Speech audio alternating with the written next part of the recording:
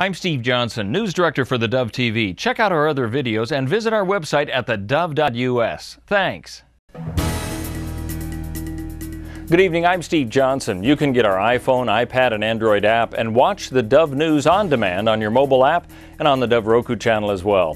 From the Dove Newsroom at this hour, a health official says at least 20 people have been injured in clashes between pro- and anti-Russian protesters in Ukraine's strategic Crimea region.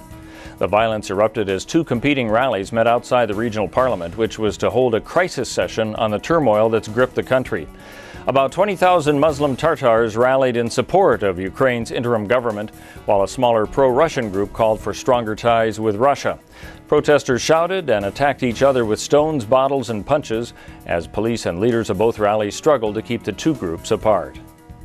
Arizona Governor Jan Brewer is going to hold a series of private meetings with opponents and proponents of legislation adding protections for people who assert their religious beliefs in refusing service to gays. The governor spent today gathering information about the measure as she considers signing it into law or vetoing it.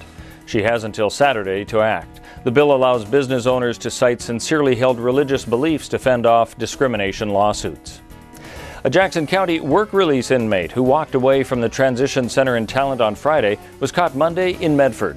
Law officers spotted 23-year-old Jacob Granger and arrested him after a short chase. Investigators found 17 grams of heroin in his car with a digital scale and packaging materials. And they believe that he was dealing heroin out of a motel on South Pacific Highway.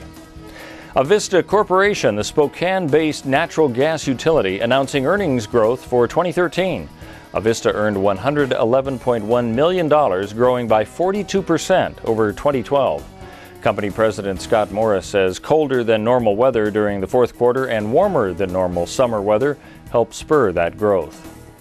The merger of Umpqua and Sterling banks has been given official approval by shareholders. The purchase of Sterling by Umpqua makes it the largest community bank on the West Coast with $22 billion in assets.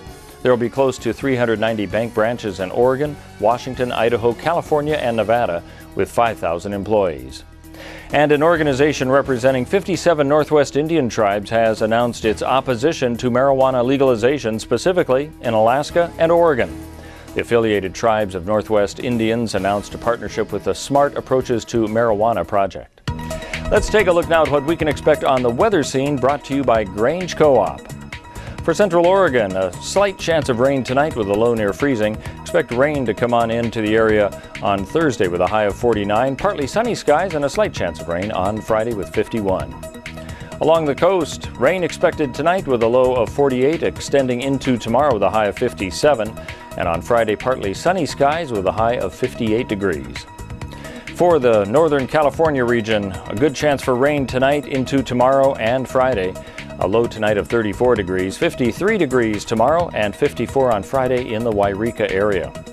And for Southern Oregon, in Medford, Ashland, and Grants Pass, good chance for rain tonight with a low of 41, extending into tomorrow with a high of 57 degrees. 57 also on Friday, a slight chance of rain and partly sunny skies. And that's a look at news and weather. You're up to date with the very latest news right here on the Dove.